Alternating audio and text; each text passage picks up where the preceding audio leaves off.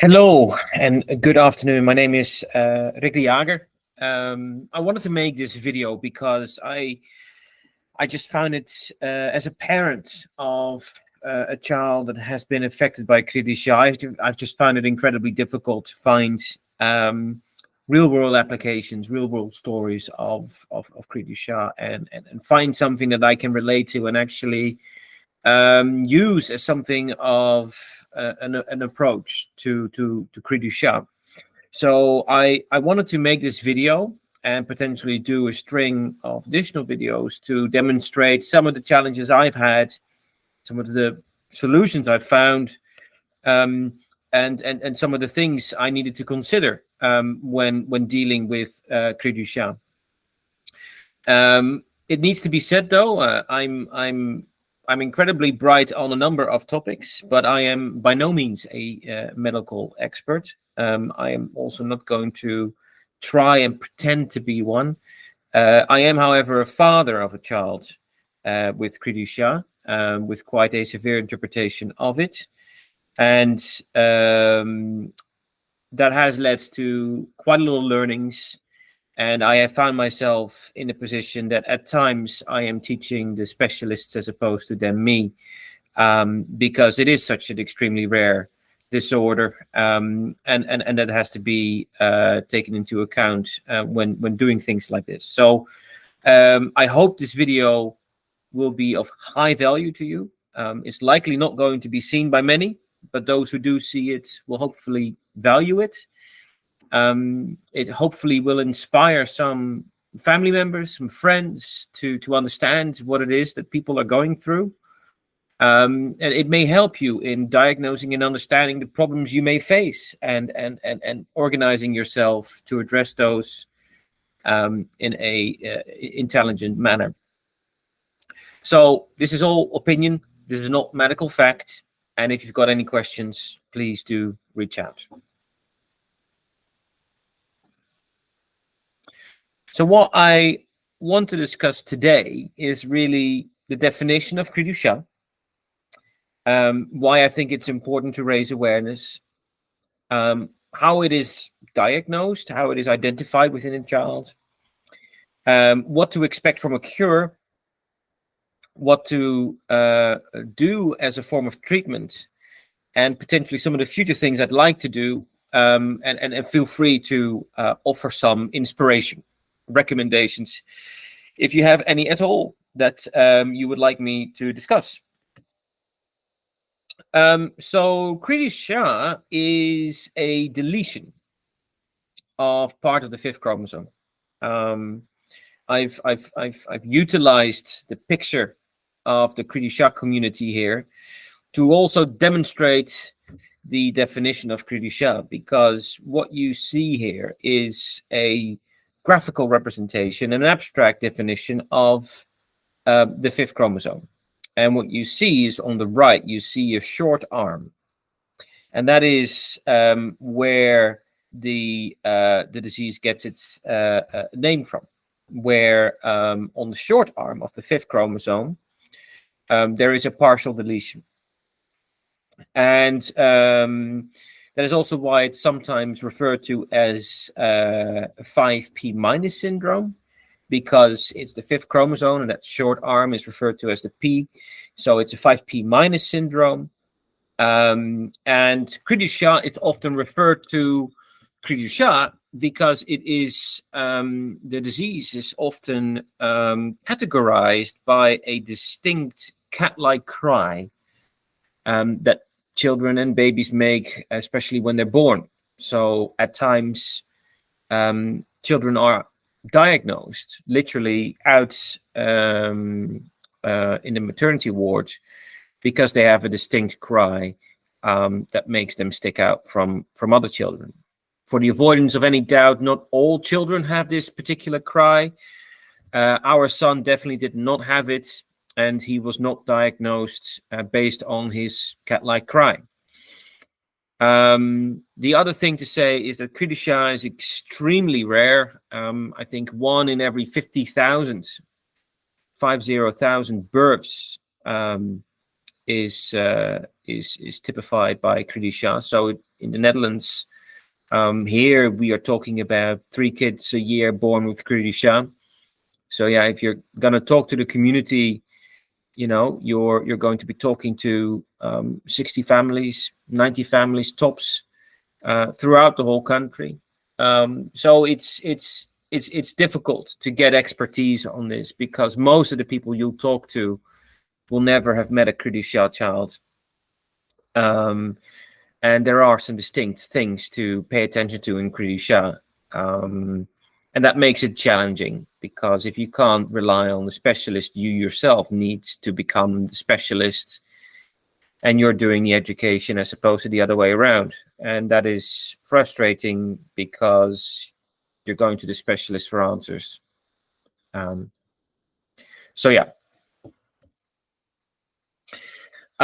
Raising awareness. Cri du Chat is extremely rare, and that has implications. So the treatment that is broadly available is at times not tailored to the requirements of CDC children. And of course, you execute, you learn, you redeploy, you redesign, and optimize, and that's great. But I think that right off the bat, there are some distinct learnings you can take from other parents, from other people around that can influence your decisions early on. And hopefully you can get to solutions quicker and better than you otherwise could. I also found it challenging to get real world stories. It's challenging because parents, they are severely affected by this. Children with CDC can ask a lot from a parent, and juggling a job, a household, family, very little time may remain to actually raise awareness, to do what is necessary. And so it's good to get these stories out. And I would love to get other people to commit videos, and they can be as silly as little tricks or little things they've made or done with their children to influence the development. Because it all helps. It is just so illuminating to see some of the great creativities that people come up with. So anything that we can share is going to be great. So what I'm hoping to do is help those families affected to identify things that they can do, and hopefully I can learn from them as well. It's for me, it's a two-way street, definitely. So please share anything you can. Help can often be doing silly little things that often seem irrelevant or taken for granted, and they can actually help alleviate pressure when it is incredibly painful. And if nothing else, hopefully I can inspire some of those people affected that even though the impact of this disorder is so significant, that there is a brighter future ahead, that there is going to be joy and happiness to be found. You are going to need to redefine that joy, because it will look different, but it can still feel the same. Let's try to shape some minds. Diagnosis. Diagnosis is not going to be too surprising because this is first and foremost a genetic disorder. It is going to be defined by a genetic test. So it can be identified pre-birth, but you need a genetic test to do it. It's very difficult to see some deformities on a sonogram because, quite frankly, there are some facial features to consider, but it's not going to present itself very obviously, very clearly to any technician. So it's likely going to be a genetic test. Then at times you get kids that are diagnosed when they're born, as we discussed before, the cat-like cry, and then more often than not, they're diagnosed later, because there are issues around a delay in the development, issues around dysphagia, and at times there can actually be very physical problems, such as heart disease, that may actually be life-threatening in the first year, in particular. But in principle, the main reasons why they're going to get diagnosed are probably going to be because of developmental delays and dysphagia, where certain neurological limitations are identified, and they are not readily, easily identifiable through the usual testing means. And then, suspicions will likely occur, and genetic testing is performed to potentially identify a lead cause for said neurological disorders. So a cure. It sounds negative, but I just wanted to come out through the door with it, and that is that gene therapy is not going to likely play the role that we all hope it will play.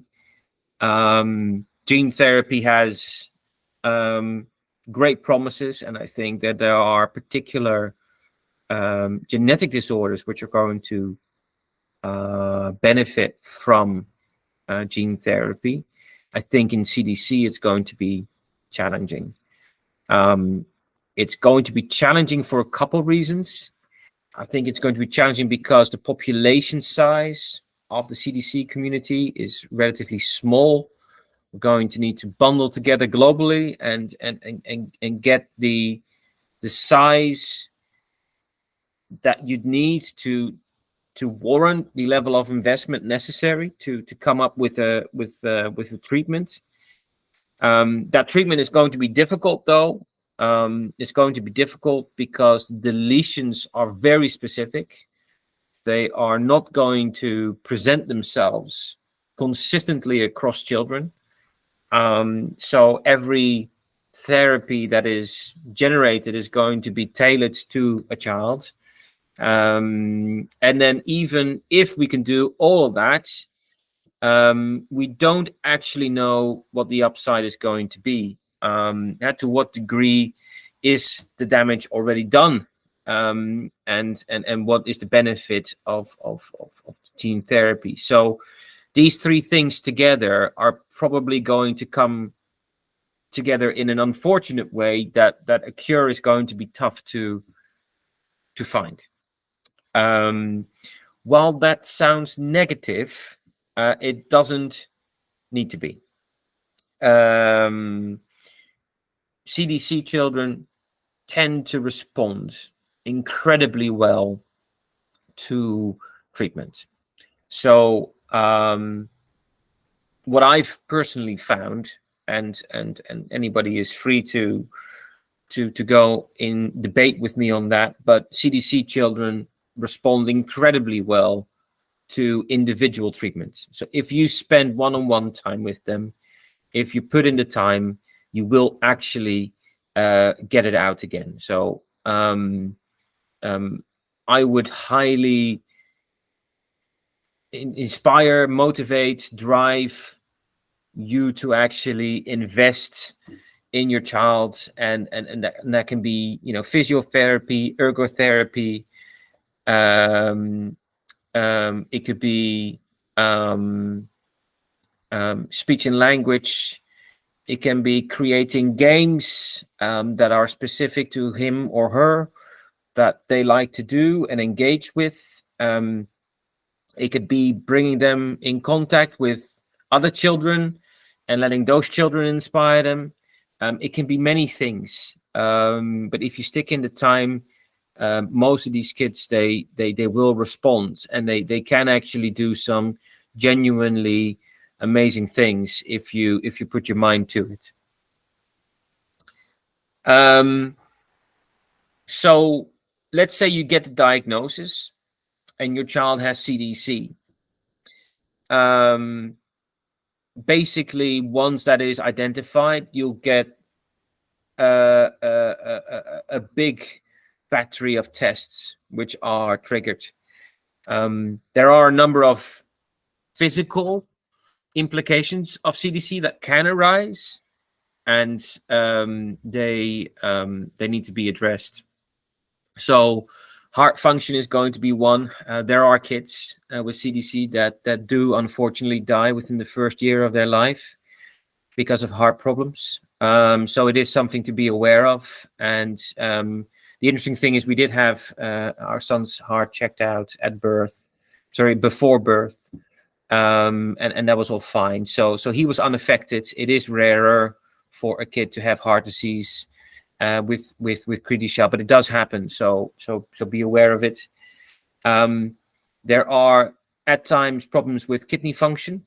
So at times do pay attention to urinary tract infections. Some of them can actually be cause for alarm. So, if you see, a red tip on a pee-pee, pay attention to it because something might be going on. It's really easy to go to a GP, get a urine test kit and send it in. And usually you get some antibiotics and it's resolved quickly. We actually had to do one quite elaborate test whereby our son had to consume a special liquid that would travel through his system, and then they could actually use a big machine. I think it was a CAT scan to actually understand how the fluids move. So they were worried about how the kidneys were actually functioning. So pay attention to UTIs. They can be a thing. It doesn't have to be, but do pay attention to them. CDC children tend to get more UTIs. Function of the throat is, of course, a very big topic. I'll get into that more. But it's if that goes wrong, it's lung infections, and the lungs, they can be affected. So, that there will be people who will want to understand how well is the lung doing. The GI tract can be a problem. Constipation can be a problem. So even silly things like reflux, they can actually be caused by constipation. So we definitely had reflux problems, quite severe ones. But we actually found that once we got his stools more regular, that actually reduced as well, that just flowed in a more natural way. So when you get, that all balanced out, it tends to improve. So be aware. The neurological development is going to get emphasized. Obviously, there is a neurological impact on CDC children. It's quite impactful, and a neurologist will want to understand that. And to be absolutely honest, it's mostly going to be about understanding. I don't actually think that a neurologist will ever be able to impact the neurological deficit. They would just be able to tell you what it is, and then you can do with that what you must. The physical developments, there will people who will want to understand how is he developing physically. I think there are a number of considerations there. You do see that kids with CDC just physically develop slower, like in the most broadest possible terms. But the most significant one to focus on is hypotomia. The problem with hypotomia is that you get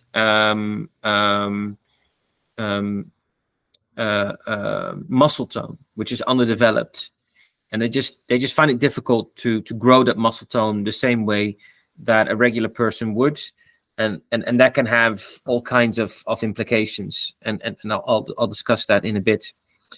And lastly, of course, the intellectual development and the mental age of a child will be tested, to try and understand where the child is and what the things are that need to be happening next, kind of thing. So by knowing where you are in the cycle, you kind of know how you can best stimulate your child.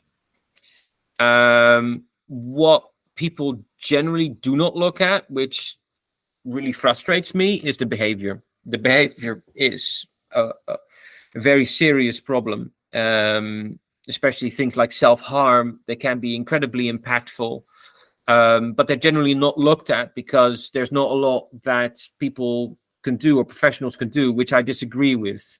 Becoming aware of behavior, understanding it, and creating an environment in which that behavior is, optimized, or at least, it comes out in the best possible way.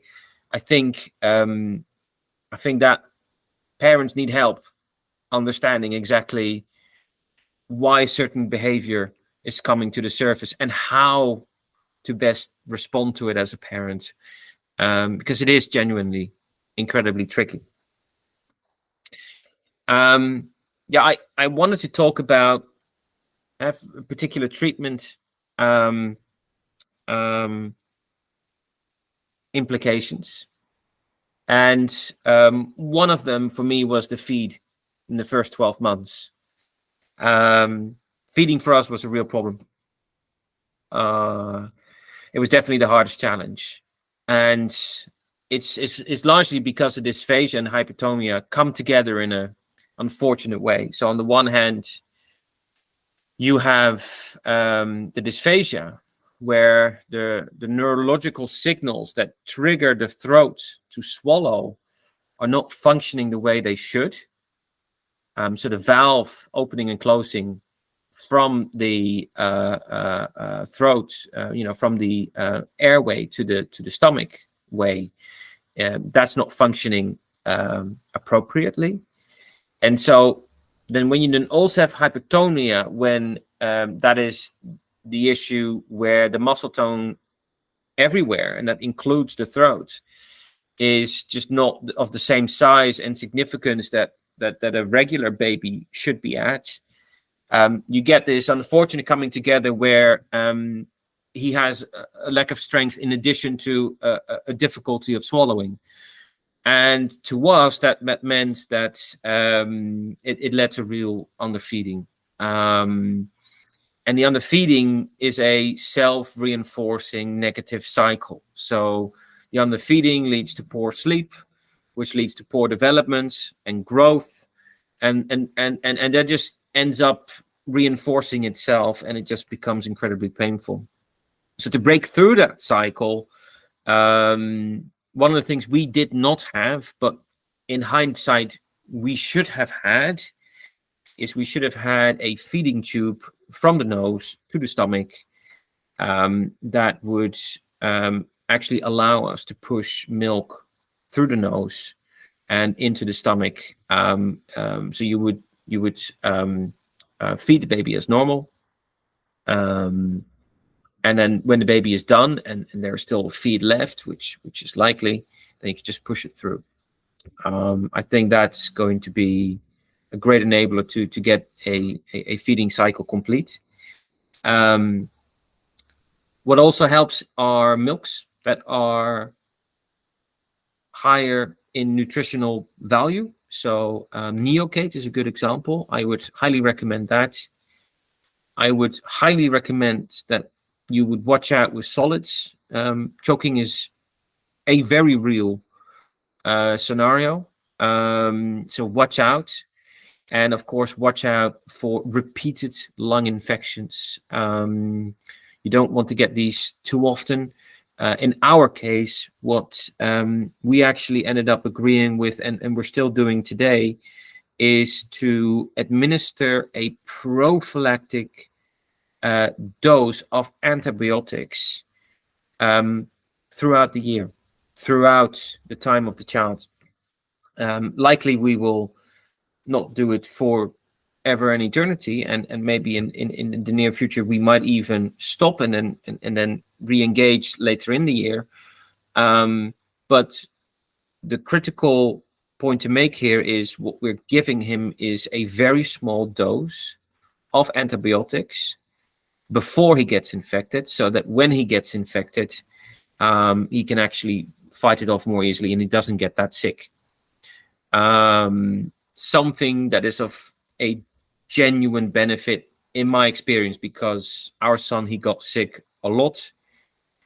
That impacts his development again, his feeding, his sleeping, and there we go again. And you have this whole negative cycle. And for a child that's already in such a developmental problem, to get hit by those repeated cycles of sickness, it just kills any of the benefits you're getting from all the work that you're doing. So you're taking one step forward and then you're taking 2 or 3 steps back. It's really painful. So doing that prophylactic dose of antibiotics every week can be a very smart choice. The dysphagia for us was one of the main problems. It meant that he got sick a lot. It meant that he had difficulty swallowing solids. It meant that we had to be extremely careful with choking hazards. So what we needed to do to treat this was to first and foremost understand what his swallowing difficulties were. So we did a swallow study, as it's called, often referred to as a fluoroscopy, because they essentially add fluoride to a food, to a drink, and they actually see in an X-ray video how the fluid travels through the throat. So is it still sitting there? Is it going into the lungs, etc., etc.? And then, with the medical examiner, you'll optimize the thickness of the fluids you're giving the child. So based on the performance of the child, you can then actually arrive at a thickened level of fluid that is appropriate for your level of dysphagia. Definitely worth looking at and pushing with your pediatrician to get a referral for it. So you'll be thickening fluids. You'll be extremely careful with solids. Some kids will stay on soft food, mush, for the rest of their lives. I can definitely tell you it's definitely possible to go to solids, but it is tricky. Sometimes you need to apply treatment to the throat itself. So there could be scenarios whereby you've got some excess skin or something blocking the throat that may need to be removed. It can happen. So getting a analysis done there, it can be good. And of course, the speech and language therapist is going to be critical with this particular disorder. So speak to a speech and language therapist. If you haven't got one assigned, speak to your GP, speak to your pediatrician, and get one assigned ASAP. Any child with dysphagia needs to have an assigned speech and language therapist. That's non-negotiable. So the hypotonia. In short, this describes a reduction in muscle tone. We discussed it already a little. Often it does imply less strength in the muscle. Doesn't need to, but it can.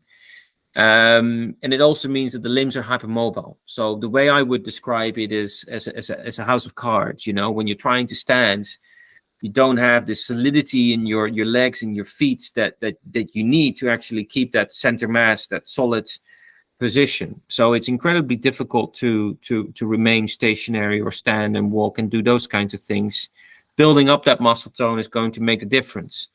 So how you do that is challenging as a consequence. So for us, it meant that we needed to work with the physio, look at the specifics of sitting, crawling, walking, and identify a treatment, identify potentially games that would elicit the necessary reactions from our son.